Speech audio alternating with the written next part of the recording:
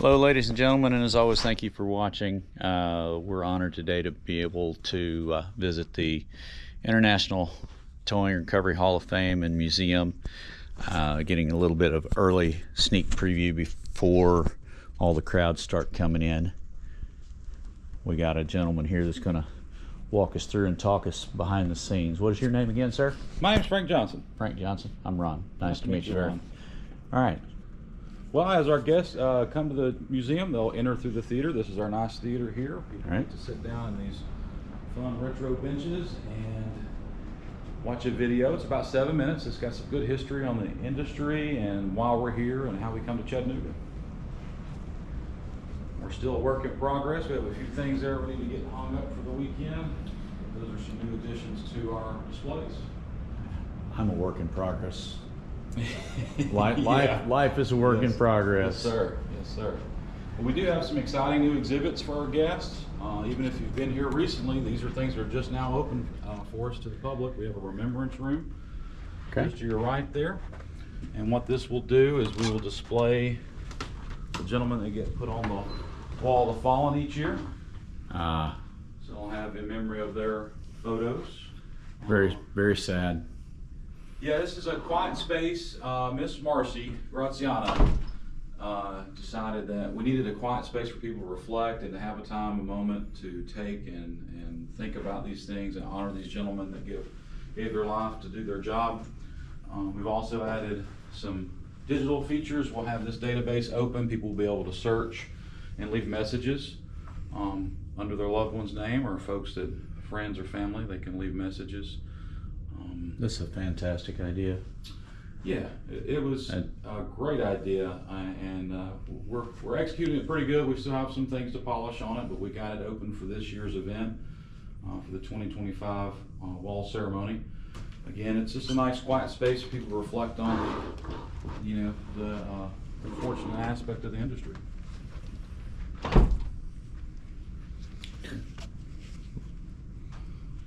We've moved some stuff around. We've got some of our trucks on display in a little bit different orientation. And then we added a new entrance to our Hall of Fame. This Hall of Fame is updated with some new features that we haven't had before. When guests exit, they'll come right through here and they'll be greeted by a little bit of info on the reason why there's a Hall of Fame and who it honors. And everybody's on the wall now in chronological order from their class date. Okay. And it wraps around, it starts here from the very first inductees. And there's 3 hallways that go through all the way up to today.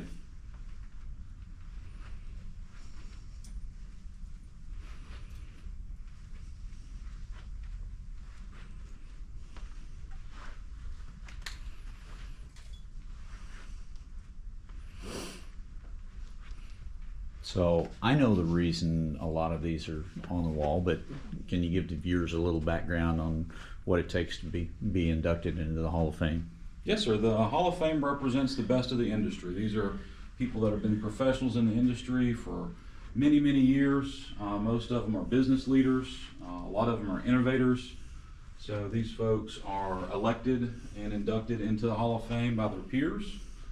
Anyone who's a member of the International Towing Museum can nominate someone for the Hall of Fame. There's a nomination period, typically at the end of the year, going through January of the following year. And we induct about 8 to 10 folks per year. So it is a more narrow class, so it is a really focused class of, like I said, industry leaders, people who've made a big difference in the towing industry.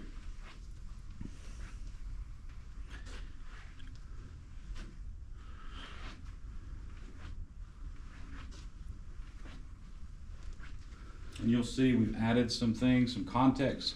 Unfortunately, we have lost some of these industry leaders over the years. They've passed on, so we're honoring them by putting their date of birth and death on their class photo. Yes, there's a gentleman from my area that's in here. This is a new feature. We've added this touchscreen so people can search. So you have a little bit more interactivity now.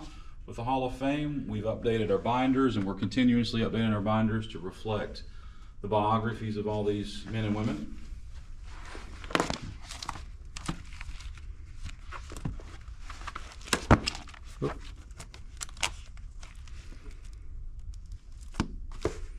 And we're still a work in progress. We're still adding, and we're going to continue to add. And we'll have temporary exhibits and more permanent exhibits in this space. We have a small area over here to the right where if you want to sit down and look through and read some of the bios of these gentlemen and ladies that have made a big difference in the industry, you're welcome to do that. Yeah, so we're, and this isn't just in the United States, is it? There's a gentleman from the from Japan getting inducted this year. Mr. Yamaguchi is being inducted this year, and the ceremony will be tomorrow night, and he's just part of several men that are from all over the world. As you'll see, the flags hanging above us represent most of the countries, if not all the countries that are in the museum. We are updating that as we get new folks from different countries, but thus the term international towing and recovery. This is not just the United States. This is all over the world.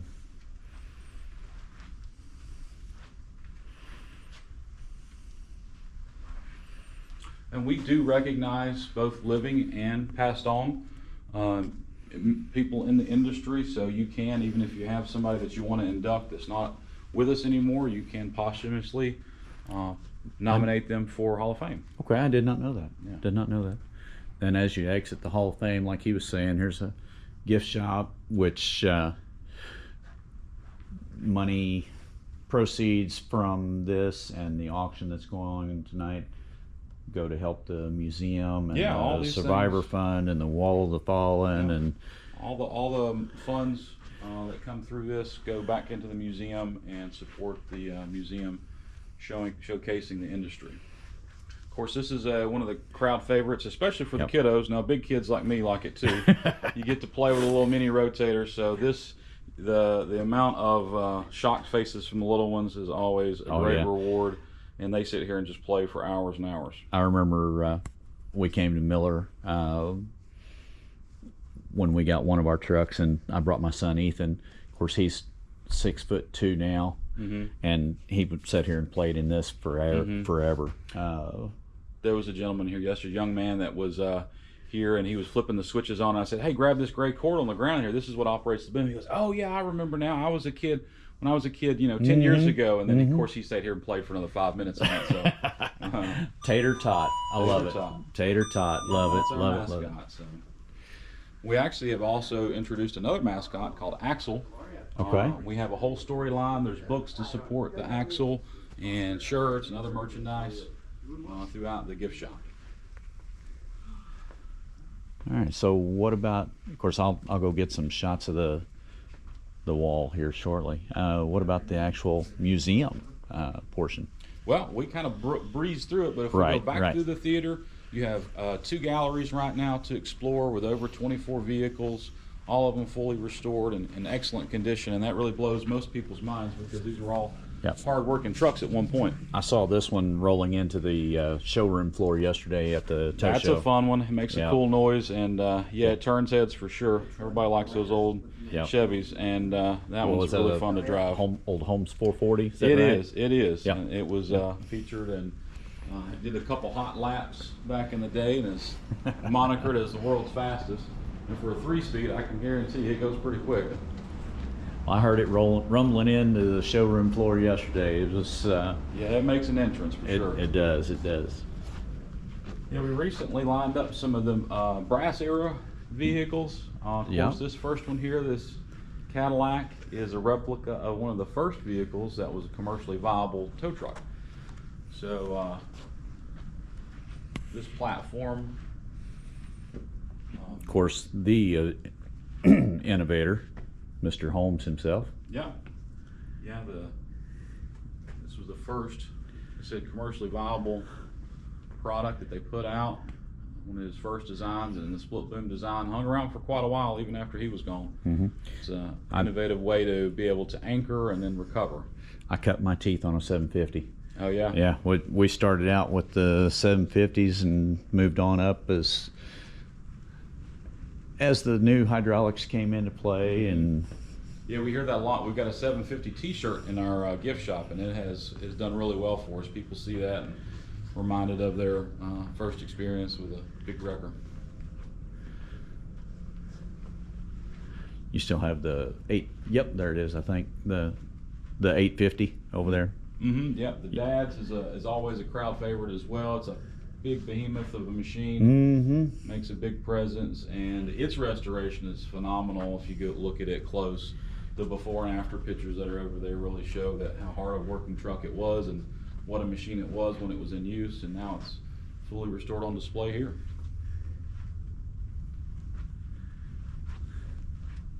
There's just so much to see here. That's why I'm very grateful that you allowed us to come in early so that we don't have to fight all the crowds, because there's just so much to see here. We are kind of jam-packed. You can spend hours here if you really want to see and experience all the things that we have on display. Of course, we have a massive toy display.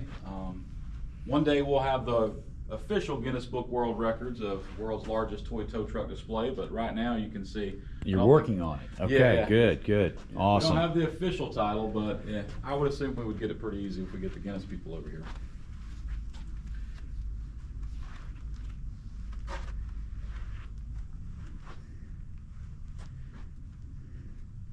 And of course, another one of our interactive pieces for the kiddos, and well, of course, big kids too like it if they can fit.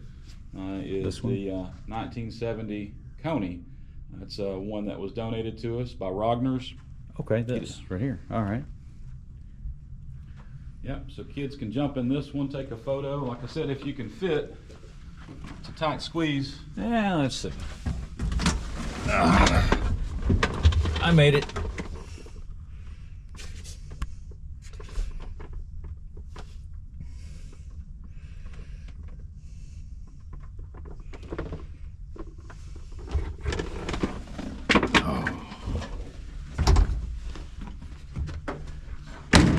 We do have signage up for our guests to kind of give them a good idea of the vehicle, a little bit of its history, a little bit of what the vehicle is. And we have some unique pieces like the cradle snatcher there. That's not one you see every day. I met the gentleman who actually turned this over to the Vulcan people. They sought him out because he had a very early serial number vehicle and it was in good shape, so they bought it back from him and traded him up to a new vehicle at that day. And this one came to us a few short years later. Awesome. Beautiful truck. Yes, it is. With a really unique history. Now, isn't this a similar design to what they use in NASCAR now? I'm not sure what the spreader. boys use now. It's like a spreader bar with the slings going down to pick it up. Yeah, I'd say with the lightweight bodies they have now, they have to be careful on how they pick it up. Of course, I love the flag theme. Yep, it's got American flag on one side and the Canadian flag on the other. So it showcases again our international aspect of the museum.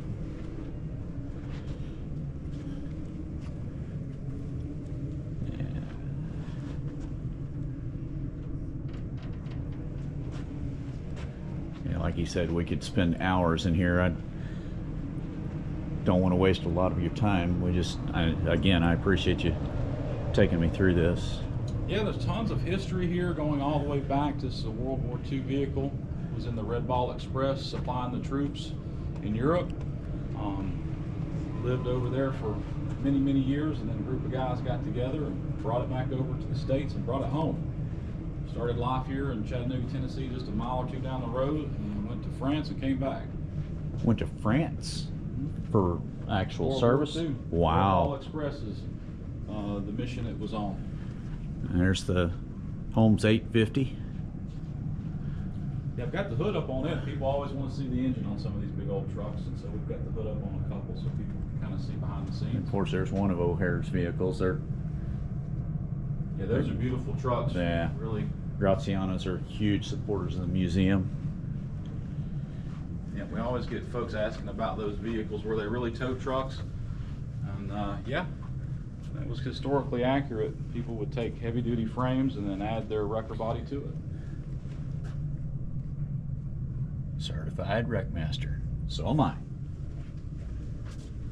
Morning, gentlemen. How's it going? Frank. Nice to meet you.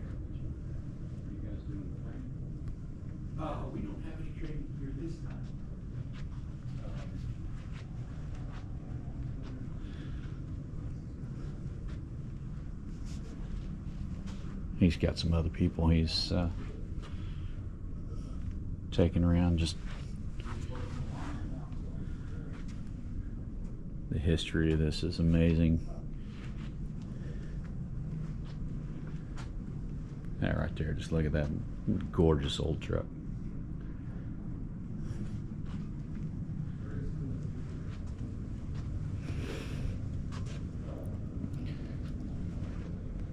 Again, just a huge honor to be able to come in here and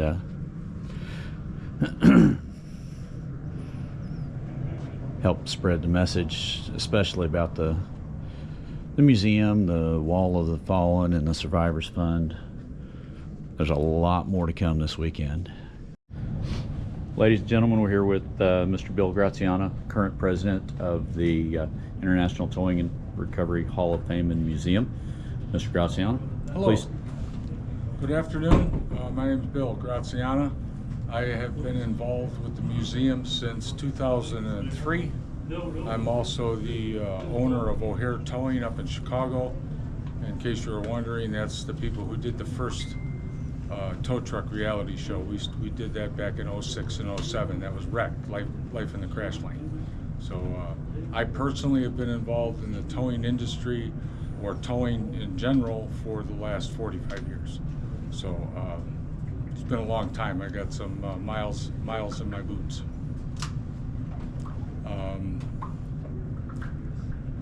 Being a part of the museum is something that I think anyone that is involved in the towing industry, whether you're a manufacturer or a builder or a painter or a driver or a dispatcher or whatever, becomes very important, because you're supporting the industry that you make your living on. And that's something that is a rare opportunity to do. A lot of states have their own associations. There is a national association, but this is something that's very politically in the middle, and it's just something for people to be a part of the industry that they feed their families with. Some of the hidden values are, I think there's going to be some younger generation towers that don't know how it used to be done. And I think history sometimes repeats itself, and if you pay attention to that, that's something that's going to help you prosper in the future to make your job easier. It's already a hard enough job. I have always called it a black and blue rough and tumble industry. It's not going to change. And if you can find any way or get any knowledge to help you get through that process, it will make your life easier. I mean, just for example, I'm leaning on a 1929 Chrysler tow truck that my father and I restored.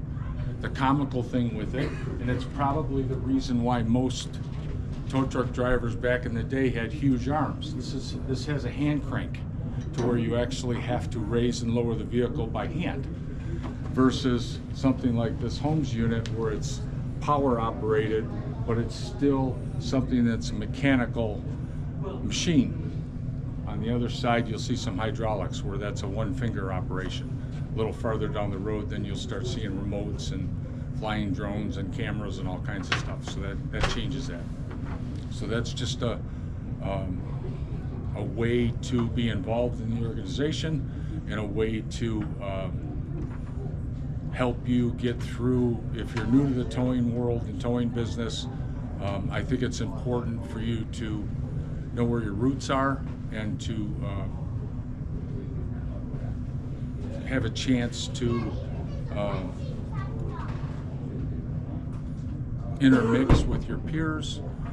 You'd be surprised a lot of times in the towing world, you think you're alone with a problem, and if you get a chance and you're involved in an organization like this, you'll find somebody else that had the problem. They might even have the solution.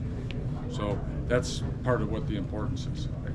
Am I going down the right path here? Great. You do whatever. Okay. We are finally at a point where our membership is growing. Quite frankly, we are looking to either expand or replace the current facility that we're in.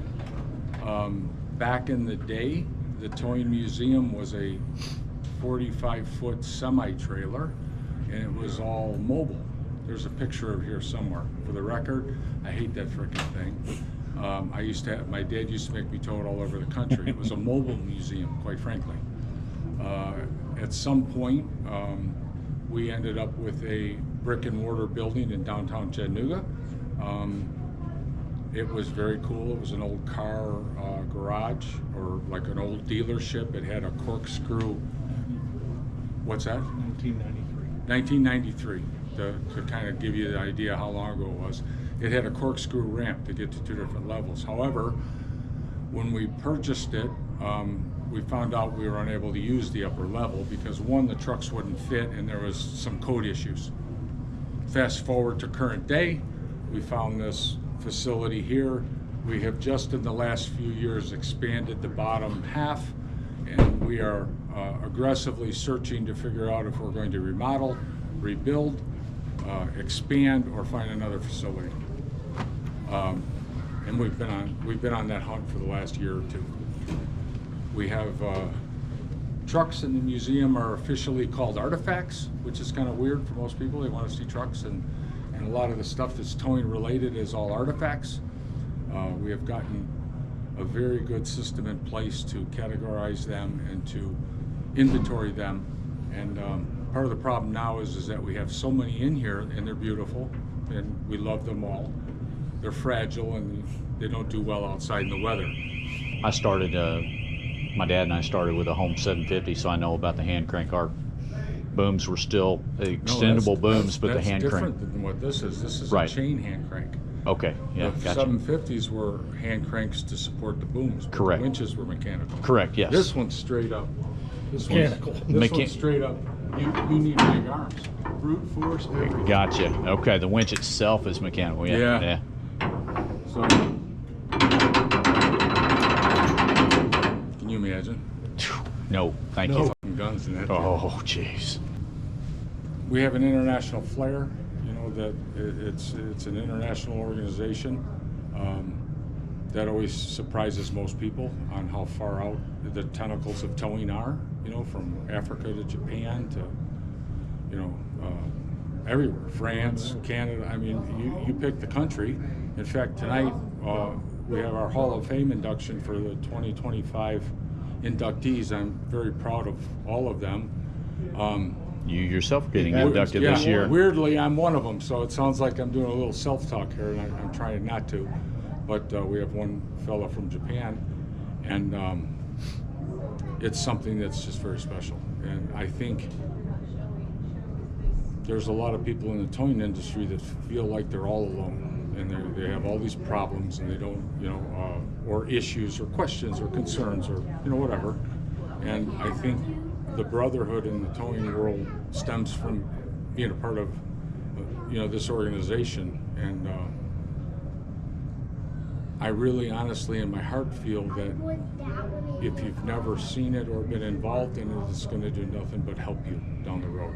There is no downside. You know, for the minimal costs that are involved, there just flat ass is no downside.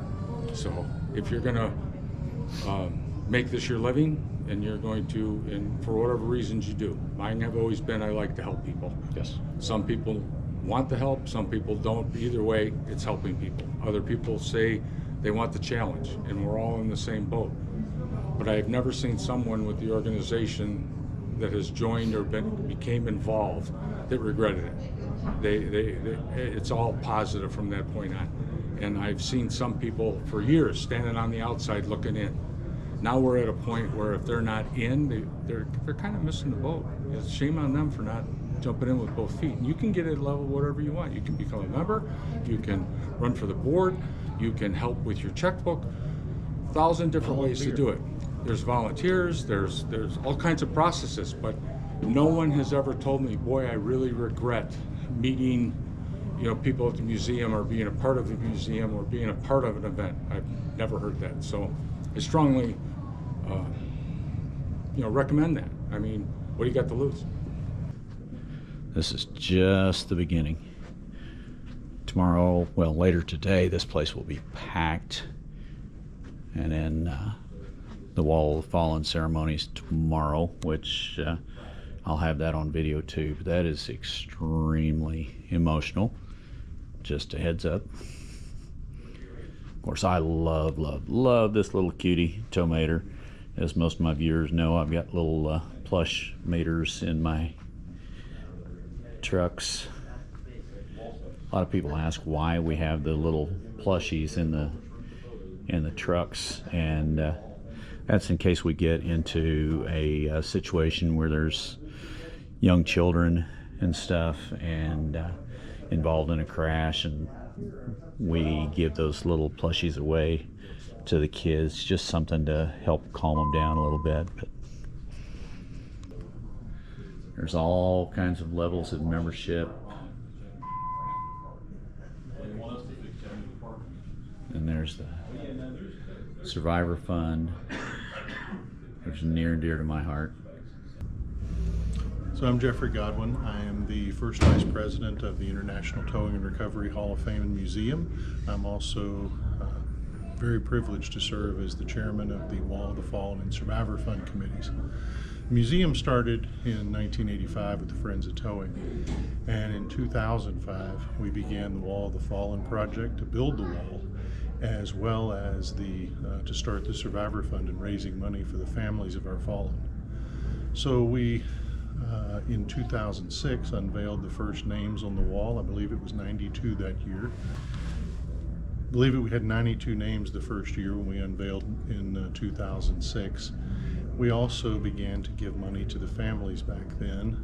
Back then our death benefit was $500. Through the generosity of this industry, we now have our lowest death benefit is $7,500 when an operator is killed in the line of service in the industry. We do have folks, unfortunately, who get killed serving the motoring public. So one of the responsibilities of the museum is the Survivor Fund. The Survivor Fund is to support the families of our fallen, and it's not life insurance or anything. Like I mentioned, our gift now is $7,500, and then there's some things that can make that higher, but it's just an immediate relief. And so one of the things our committee tries to do is when there is a tragedy, we try to get an application right away, make sure the company is aware and can make the family aware. And then as those applications come in, we have a very fast process to approve. And we can typically get a check out within 72 hours. And it's something that can just help with some bills while you don't have time to think about those because you're dealing with the tragedy. Tonight we will honor those men and women who have made changes in the industry, innovations and things that have improved our industry. And as we do that, we will induct 8 into our Hall of Fame tonight. And that Hall of Fame will include those 8, 6 of whom will be joining us this evening. 2 of them are posthumous awards. And then after the ceremony this evening, applications will open up again for Hall of Fame nominations for next year. There's all kinds of levels of membership, and there's the Survivor Fund, which is near and dear to my heart. Pray that none of our names end up on there. Prefer there be no more names added to the wall.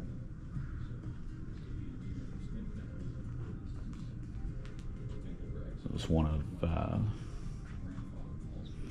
it's actually a program, I believe, that Haz Alerts, which we've got Haz Alerts on all of our stuff. I believe Haz Alerts has a program called No More Names on the Wall.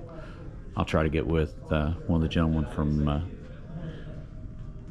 Haz Alerts and get a little bit of background on that later. All right, I got just a few minutes here before the museum officially opens. So I'm going to head downstairs. They last time I was here, they did not have the downstairs section opened yet.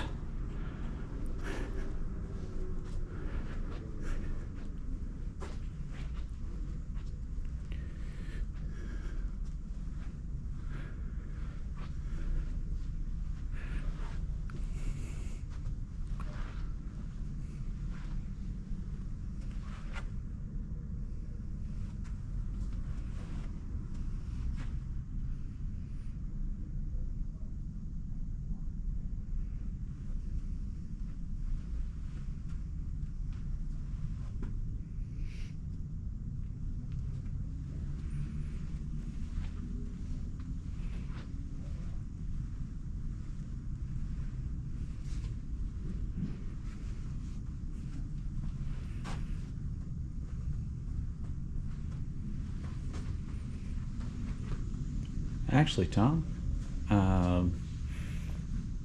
this is Tom from HAZMAT. Hello. I was just discussing the No More Names on the Wall. Sure. Would you care to tell us a little bit about that? Yeah. Several years ago, working closely. Let me set this down.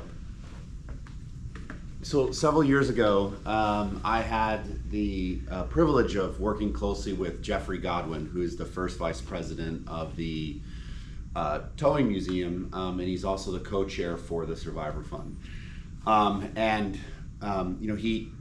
He had told me about what the mission of the wall is, how they support families when our towing heroes are unfortunately struck and killed working on the side of the road, and that's from our company, HAZMAT. That's what we protect, and we help keep folks safer. And so when he explained to me that there is this monument, the wall, and every year there's a ceremony, which is what we're here for this weekend, the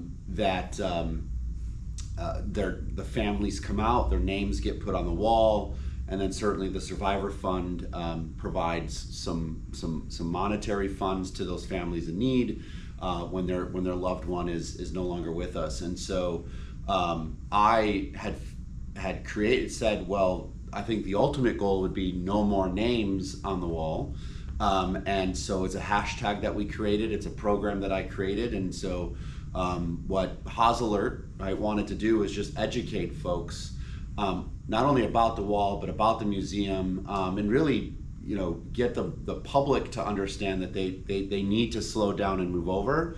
And so that's what we created as our No More Names on the Wall campaign. And I think, we've raised tens of thousands of dollars for the museum, for the Survivor Fund, so those families can get that assistance right when the unfortunate stuff happens, and it's been shared tons of times, and HAZMAT supported it in many different ways, and really it was, if folks were just learning about our life-saving digital learning technology, we'd support the fund. And so just over the last couple of years, like I said, I think it's close to, let's see, I think it's close to $50,000 that we've raised for the museum and for the Survivor Fund through the No More Names on the Wall campaign. So it's something near and dear to me. Obviously, the industry is very near and dear to me, and to to HAZMAT, and to many of the folks that are probably watching this. So I always encourage, if you're in the industry, you should be a member of the museum, either on your own. Encourage the owner that you work for to get the company signed up. There's a lot of history that's in this building, and there's a lot of things that are happening, to protect the men and women that serve our roadways as towing and recovery operators. So that's the history of it, and I just count myself as lucky to be able to be involved with great folks with a great mission. Thank you very much. And of course, we've been involved with Haz since early on. Yeah, very early on. It's been a couple years. Yeah, it has. It's been a few years. Thank you, Tom. You're I appreciate welcome. it. No Appreciate it. I'm gonna keep on checking out I haven't been to the basement since they opened it. Really? So no. My name is Crystal Griffin. I'm one of the board members at the International Towing Museum. Take you guys for a little walk here. This is our little gas pump area that we have set up. It's a relatively new addition. Something that we did last year during the fundraiser is the new pedal car wall. During the fundraiser, some of our members and guests had an opportunity to purchased one of these spots for $5,000, and then they went and found a pedal car to create the pedal car to represent either something about them or their company, and it has become such a hot little item that we have talked about possibly expanding it to the other side of the museum, hopefully by the end of next year, so we can open up some more spots and give some other people some opportunity to do what we did here. Yeah, because these are cool. I mean, some of these are antiques, right, that have been redone. Yeah. I got lucky. My friend Marcy was able to find some in the back of this is The little pink one. Yeah, this is it. So this, she found a couple of these in somebody's warehouse or storage unit or whatever, and we got them and took them to a local paint shop here, and we told them what we were ideally looking for, and they were able to bring it to life. And so we have a couple of newest additions here. It's a lot of fun. A lot of people don't realize how much history there is here in the museum. Yeah. It's just So much. and they're looking at expanding, like they were talking about earlier, and trying to bring more in, which is fantastic. Yeah. We have a couple of additions this year. We've got the Remembrance Room, which you'll soon see. Yep. And we have expanded the Hall of Fame hall. Yes. It's really nice. Yes. So. Actually, I was live and walking to it early Okay. the other day, Okay. and there was a inductee from 90 something, I believe, or I'm sorry, I don't remember the year, but he had a Korean War veteran hat on, and he was also an inductee, and we just started talking, and it was so cool to. It was like a God moment, you know. Yeah. He was there Yeah. when I was filming, and it was fantastic. It's you so know. neat. Yeah. Yeah. It's a great meeting place. Yep. See, I like to just talk. I know. We're just people. I Just- know, and I know, most people I don't know. get it. You know, we're Yeah. just Yeah. normal people Yeah. trying to help our industry. Yeah. Exactly right. It needs it. It does. Yeah. We get so many that give the rest of us a bad image, Yes. and Yes. we got to try to change that. I know you do. And there's Mr. Vince. Hey, what's up? Hey, How you doing? doing all right? You're on film, Oh, sir. I see that. Hey, cool. I just want to see the car. You hadn't seen your car yet? I've seen pictures. That's actually my grandson. So cute. Very cool. So Vince, tell us, I'm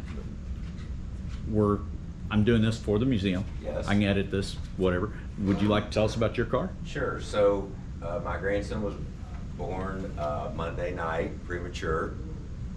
We couldn't finish the car because we didn't know his name until 11/18 Monday night. So it's kind of a little football theme. He's named after me. He's doing great. I just left the hospital checking on him, and pretty cool little car. Thank you, sir. You're welcome. Thank you. That was a bonus. It was. It was. It was. Okay. Some cool stuff. Yeah. Yeah. Again, thank you, Tom. Appreciate it. You're welcome. Yeah, an old Willie's Jeep.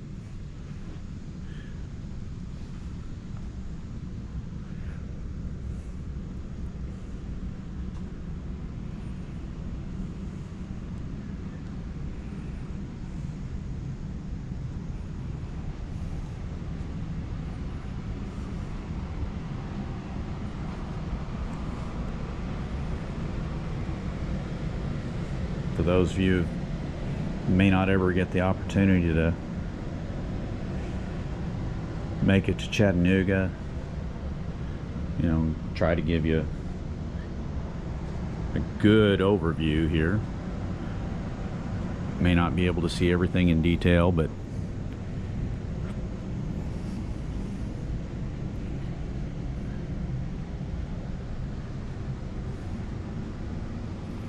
Mr. Bill Jackson, knew him very well back in the day.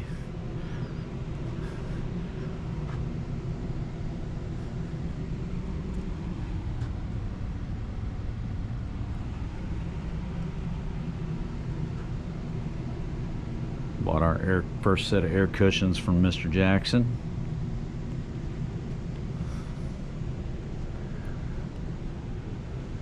He's no longer with us, but fabulous man, strong advocate for education in our industry, trying to make our industry more professional, which is what I also strive to do.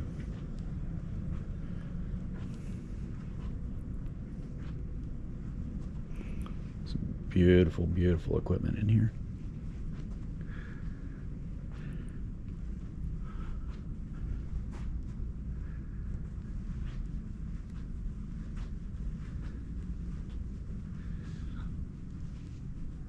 This specific Indian motorcycle dispatch tow is on display at the hotel where we're staying at. I didn't realize that it was in the museum. I'll have to go back and get some footage of it as well.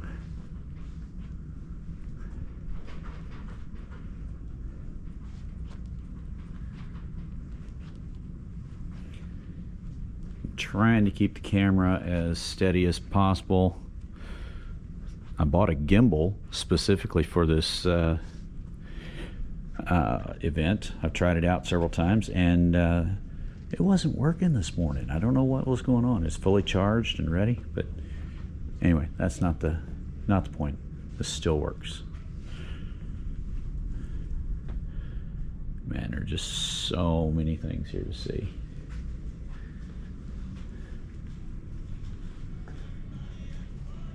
Interesting little diorama there.